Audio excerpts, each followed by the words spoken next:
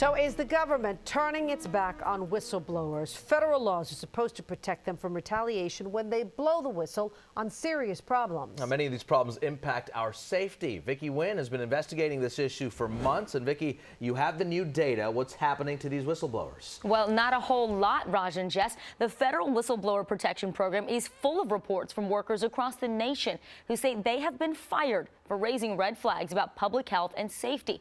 Critics say their reports are wallowing in a backlog, most of them getting dismissed even when they shouldn't. Now we're seeing for the first time just how often the government finds in favor of whistleblowers. From airlines to pipelines, they're the workers on the front lines who speak up when systems break down. The government built a safety net for whistleblowers who get fired for raising red flags about safety issues or illegal activities.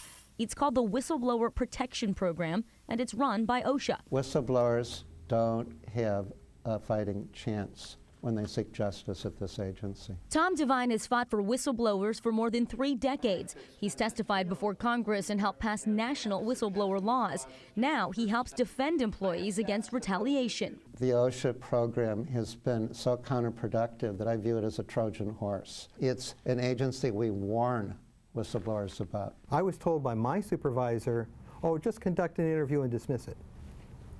Before you knew any of the facts? Correct. Whistleblower investigator Daryl Whitman spoke out to the investigative unit earlier this year. He said supervisors in OSHA's Region 9 office in San Francisco pressured investigators to close cases without proper review and dismissed complaints even when he found they had merit. Whitman pointed to the numbers in Region 9.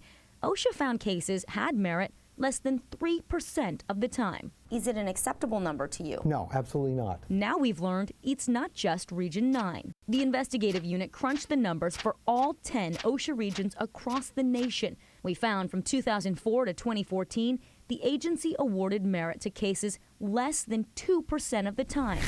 About 22% of cases resulted in settlements. OSHA calls those outcomes favorable to the complainant. But the numbers show OSHA dismissed 59% of whistleblower cases, the majority of complaints it investigated. I'd characterize it as obscene. What's more, we found in 7 of the 22 industries protected by whistleblower laws, OSHA did not issue a single merit finding.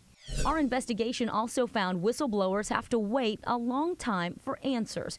OSHA is supposed to complete investigations in 90 days or less, but the agency reports 71% of all cases failed to meet that deadline. The average time it takes OSHA to complete a case has increased from 98 days in 2004 to 378 days in 2014. There's no excuse for how long the cases take. Devine says in many cases, staff lack training. OSHA allows companies up to a year to respond to a complaint, and managers add delays by reinvestigating certain cases. That time takes a toll on whistleblowers. They lose their homes. Their lives are a living hell while OSHA fiddles. NBC Bay Area spoke with more than a dozen whistleblowers who believe OSHA unfairly dismissed their complaints or dragged out their cases, including these men. They raised red flags about environmental testing and aviation. I couldn't sleep. I had problems eating. I have nightmares. Take a ping pong ball and put it inside a blender and turn it on. I'm that ball. OSHA has acknowledged problems. A series of government reports dating back 25 years found delays in investigating and deciding complaints, and complainants did not always receive appropriate investigations. Nilgün Tolik led the whistleblower program from 2006 to 2011. She says OSHA leaders asked her to reform the flailing agency. I think it was lip service, and that no one really had any great intention of doing anything terribly different than they already did it. Tolik says recommendations outlined in this white paper landed on deaf ears. I mean, it drove me out. She left OSHA with this conclusion. I think the solution is apparent, but nobody wants to do it, which is to move the entire program out of OSHA. NBC Bay Area made requests to interview Dr. David Michaels, the head of OSHA. He declined. Instead, OSHA pointed us to this April memo Michaels wrote saying, "We are focused on improving both the efficiency and quality of our investigations." Michaels says the program reached a record number of merit findings in 2013, 75 out of more than 3,700. He notes monetary awards to whistleblowers more than doubled in a span of 4 years, from $15 million to $35 million. His memo concludes no one benefits if workers are silenced for sounding an alarm when they see a problem that could injure, sicken, or kill someone. Dr. David Michaels has given some very inspiring speeches about his desire for this to become an effective worker rights organization. So far, the rhetoric is not clothed in reality. In recent years, OSHA has added more program staff and created a national whistleblower advisory committee. But critics, including Devine, say Congress simply needs to take this program out from under OSHA. We'll certainly follow those developments and let you know what happens. It's a valuable insight. Thank you, Vicki.